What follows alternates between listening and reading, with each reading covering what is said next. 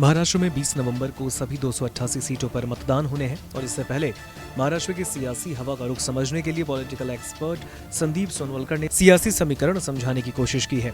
इसे उन्होंने 5 पॉइंट्स में समझाने की कोशिश की। चलिए हम आपको ग्राफिक्स के जरिए इन्हें बताने की कोशिश करते हैं। पहला, 148 सीटों पर चुनाव लड़ रही भाजपा 80 से 90 सीटों पर मजबूत है। 2019 में उसे 105 सीटें मिली। सहयोगी पार्टी शिवसेना शिंदे गुट 30 से 35 और एनसीपी अजीत गुट 15 से 20 सीटें जीत सकती हैं। इस लिहाज से महायुति को 125 से 145 सीटें मिल सकती हैं और बहुमत के लिए 145 सीटों की ही जरूरत है। दूसरा, एमवीए में कांग्रेस सबसे मजबूत है, उसे 52 से 65 सीटें मिल सकती हैं। शरद गुट की एनसीपीएस 50 से 55 सीटों पर मजबूत है और सबसे कमजोर स्थिति में शिवसेना उद्धव गुट है, उसे 30 से 35 सीटें मिल सकती है।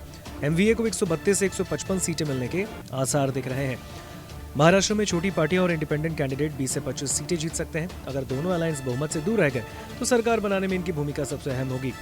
बटेंगे तो कटेंगे नारे की वजह से मुस्लिम वोटों में ध्रुवीकरण हो सकता है, जिसका फायदा महाविकास अघाड़ी को मिल सकता है। लाडकी बहन योजना से महायुति को फायदा मिल सकता है और इसी योजना की वजह से मध्य प्रदेश में भाजपा को जीत मिली। हालांकि मराठा आरक्षण, मराठा वर्सेस ओबीसी, महंगाई, फसलों के कम रेट मिलना शिंदे सरकार को नुकसान पहुंचा सकते हैं। पूरा महाराष्ट्र 6 रीजन विदर्भ, मराठवाड़ा, पश्चिम महाराष्ट्र, उत्तरी महाराष्ट्र, कोंकण और मुंबई में बटा है।